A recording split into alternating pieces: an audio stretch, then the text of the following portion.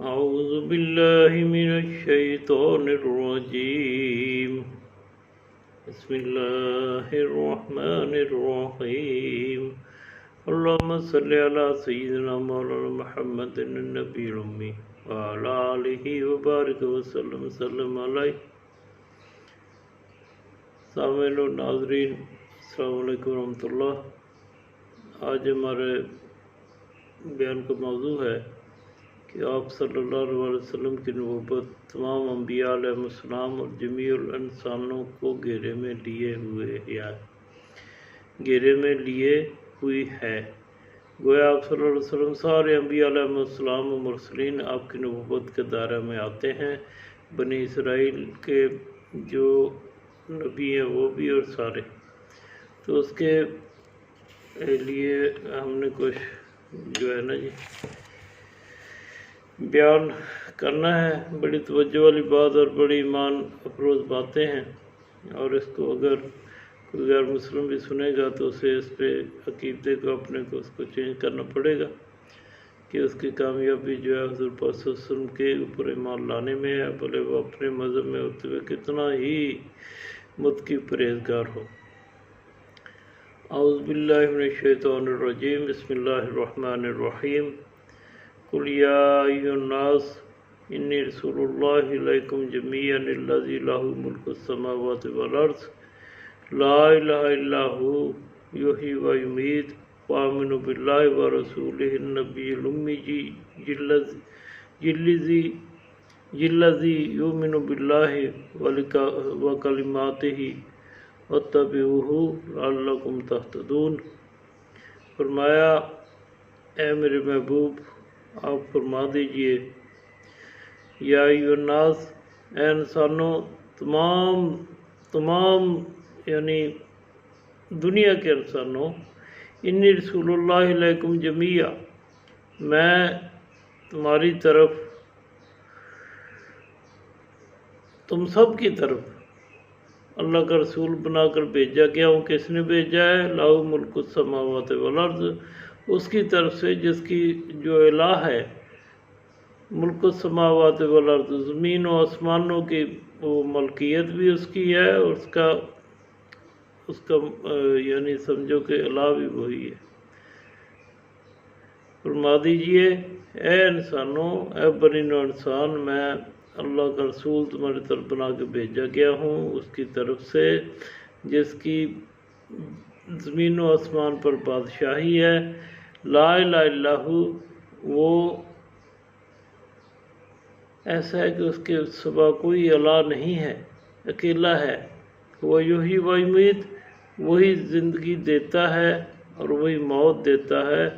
وآمنوا باللہ ورسولہ النبی الامی، تو اللہ اور اس کے رسول پیغمبر امی پر ایمان لاؤ جو اللہ اور اس کے تمام کلام پر ایمان رکھتے ہیں، اور ان کی پیروی کرو تاکہ تم ہدایت پا جاؤ. تو یہ بہت جامع حکم ہے اللہ سبحانہ تعالیٰ کا اور آپ سب کی زبانی، کہ سارے دنیا والوں کو بتا دیں کہ میری نبوت جو ہے پوری نوع انسانیت کی طرف ہے. تو اس لیے اللہ تعالیٰ کہتا ہے پھر ان کی آپ کرو کہ ان پر ایمان لے کے آؤ.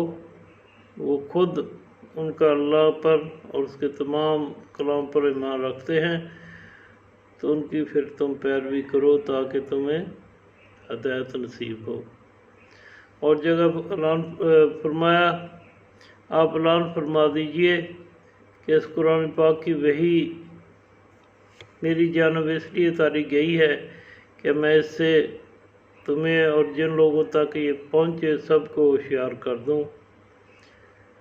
پھر فرمایا، مخلوق کے مختلف گروہ میں سے جو بھی آپ صلی اللہ علیہ وسلم سے انکار کرے اس کی وعدہ گاہ جہنم ہے.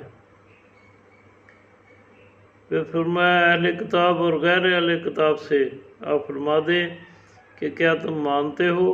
اگر تسلیم کر لیں اور مسلمان ہو جائیں تو راہ پر ہیں، ورنہ آپ کے ذمہ صرف پہنچا دینا ہی ہے. پھر فرمایا، جن لوگوں کو کتاب دی گئی ہے وہ آپ کو ایسے پہچانتے ہیں جیسے اپنے بیٹوں کو، یعنی اس میں کوئی شک نہیں ہے، وہ آپ کو سمجھتے ہیں کہ آپ نبی آخر زمان ہیں اور پوری بنی نوع انسان کے جو ہے نا جی نبی ہیں، لیکن وہ حسد کی وجہ سے آپ پہ ایمان نہیں لے کے آنا چاہتے۔ قرآن پاک میں اور جگہ ارشاد ہے، اور ہم نے آپ کو نہیں بھیجا مگر تمام لوگوں کے لیے خوشخبری دینے والا اور ڈر سنانے والا، اکثر لوگ نہیں جانتے، یعنی جاننے کے باوجود نہیں جانتے، یہود و نصارہ وغیرہ۔ اور جب اللہ سبحانہ تعالیٰ نے اپنے پیغمبروں سے عہد لیا کہ جب میں تمہیں کتاب و حکمت عطا کروں اور پھر آئے تمہاری طرف رسول صلی اللہ علیہ وسلم جو تمہارے پاس جو ہے اس کی تصدیق کرے، تو تمہیں ان پر ضرور بر ضرور ایمان لانا ہوگا اور ضرور بر ضرور ان کی مدد کرنا ہوگی۔ پھر فرمایا کہ تم اس کا اقرار کرتے ہو، میری طرف سے عہد کی بھاری ذمہ داری لیتے ہو؟ تو انہوں نے کہا ہاں ہم نے اقرار کر لیا۔ تو پھر اللہ سبحانہ وتعالیٰ نے فرمایا بس تم گواہ رہو اور میں بھی تمہارے ساتھ گواہ ہوں۔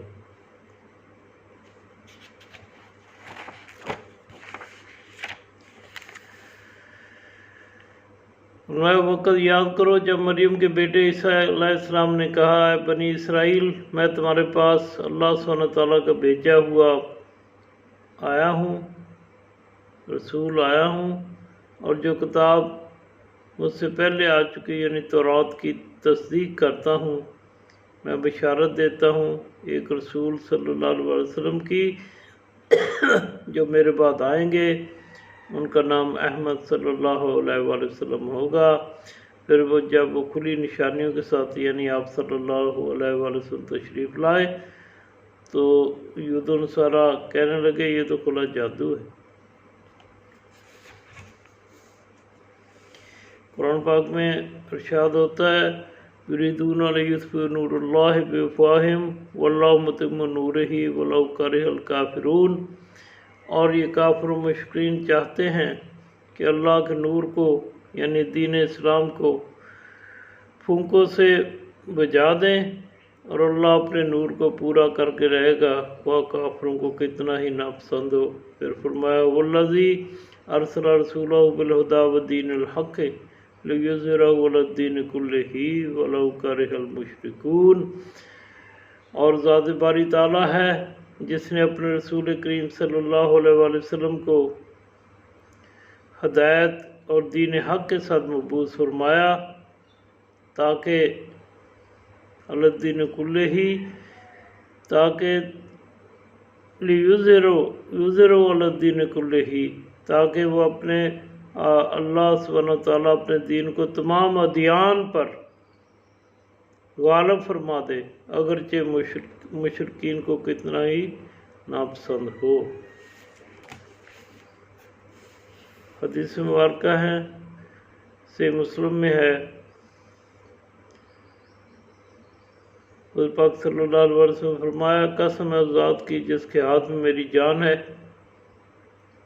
جس کسی یہودی یا عیسائی نے میرا پیغام سنا یعنی اسے میری نبوت کا علم ہو گیا، پھر وہ اس حال میں مر گیا کہ وہ اس یعنی میرے دین پر ایمان نہیں لایا جس کے ساتھ میں بھیجا گیا ہوں، تو وہ اہل جہنم میں سے ہے۔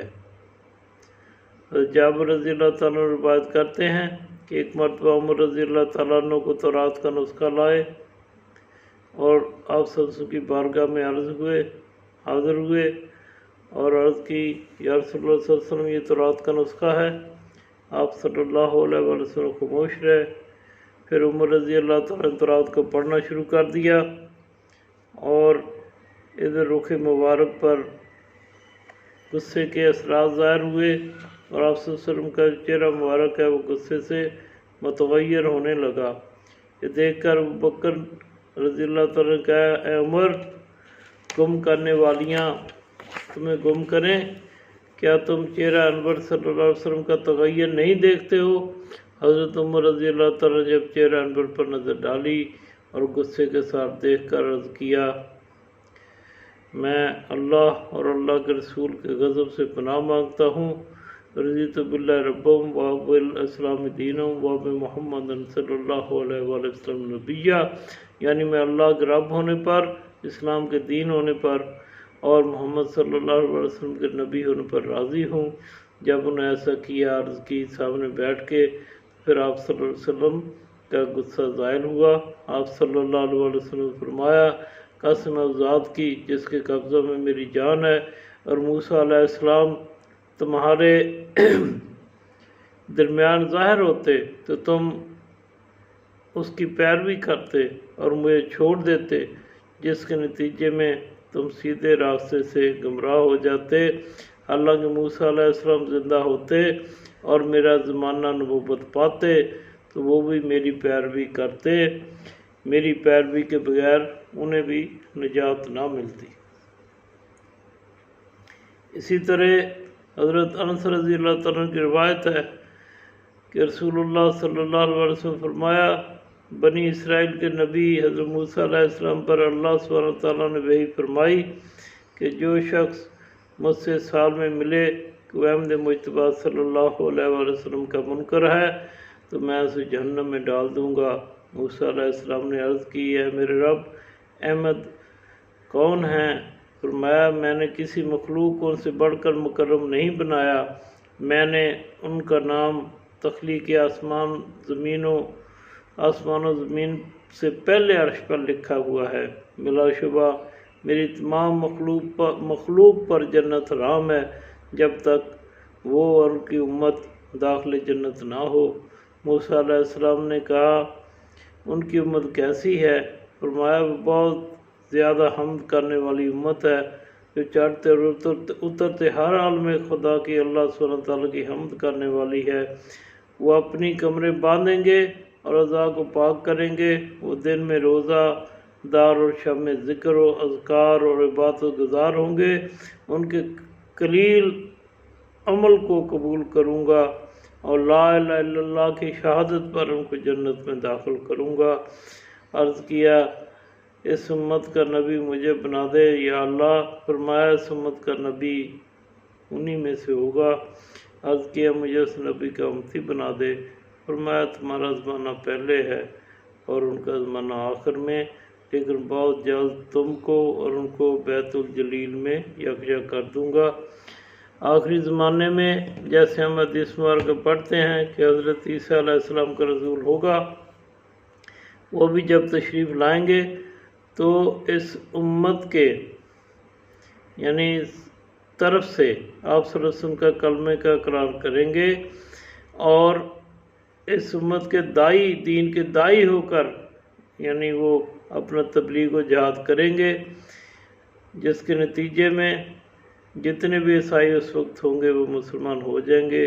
اللہ سبحانہ تعالیٰ ہمیں حضور صلی اللہ علیہ وسلم کی کامل نبوت پر ایمان لے کے آنے والا بنائے، اور میرا یہ پیغام جو مسلم غیر مسلم سنیں، انہیں چاہیے کہ اس کو سنجیدگی سے لیں، کیونکہ آخرت کے جو نجات ہے وہ آپ صلی اللہ علیہ وسلم کے بغیر کلمے کے اوپر نہیں ہے۔ جب تک کہ آپ صلی اللہ علیہ وسلم کا کلمہ پڑھ نہ لیا جائے، منون اس پہ یعنی دل میں بٹھا نہ لیا جائے، پھر اللہ کے رسول صلی اللہ علیہ وسلم کے احکامات کی تعمیل نہ کی جائے، تب تک جو ہے وہ کامیابی ناممکن ہے۔ بھلے وہ کوئی یعنی جیسے اللہ صلی اللہ تعالیٰ نے عہد لیا انبیاء علیہ السلام سے کہ جس زمانے بھی آپ سے تشریف لے آئیں تمہاری نبوت اس وقت ختم ہو جائے گی، ان کی نبوت کا سکہ چل پڑے گا، تمہیں ان کی اتباع بھی کرنی پڑے گی اور ان کی مدد بھی کرنی پڑے گی۔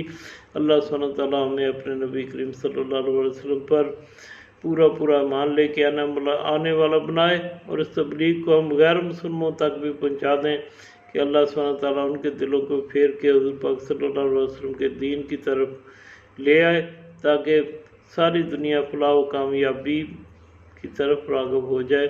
السلام علیکم ورحمۃ اللہ وبرکاتہ۔